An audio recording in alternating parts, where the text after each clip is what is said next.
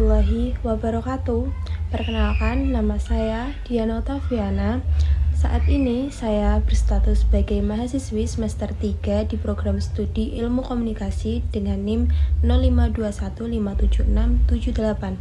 Di sini saya akan menjawab pertanyaan dari tugas 1 untuk memenuhi tugas mata kuliah yang diberikan dosen pengampu saya. Mohon izin Bapak Dudu Najmuddin MPD. Langsung saja soal pertama.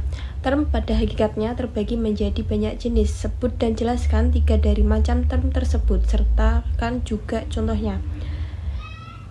Jawabannya yaitu term adalah kata ataupun frasa yang digunakan untuk menyebut sesuatu dalam logika dan bahasa. Dalam logika, term berfungsi sebagai dasar untuk membangun argumen dan penalaran. Term adalah bagian dari suatu kalimat yang berfungsi sebagai subjek atau predikat.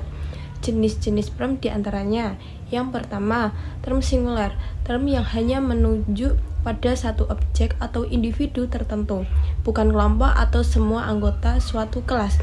Contohnya, Monik, orang itu, buku ini.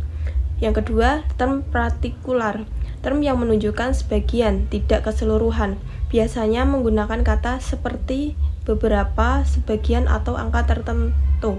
Contohnya, beberapa siswa di kelas ini pintar. Yang ketiga ada term universal, yaitu term yang menunjukkan keseluruhan anggota suatu kategori tanpa terkecuali, biasanya menggunakan kata semua, setiap, dan sebagainya. Contohnya, semua manusia pasti mati, setiap hewan membutuhkan makanan.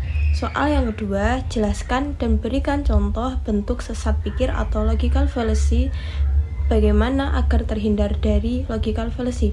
Yaitu logical fallacy atau sesat pikir adalah kesalahan dalam cara berpikir atau berargumentasi yang membuat kesimpulan menjadi tidak valid atau menyesatkan.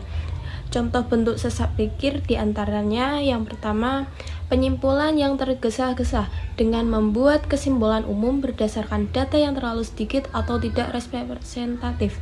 Contohnya, saya bertemu 2 orang dari kota X yang tidak ramah, jadi semua orang dari kota X itu tidak ramah. Mengapa salah? Karena hanya berdasarkan 2 orang tidak cukup bukti untuk menyimpulkan seluruh penduduk kota X.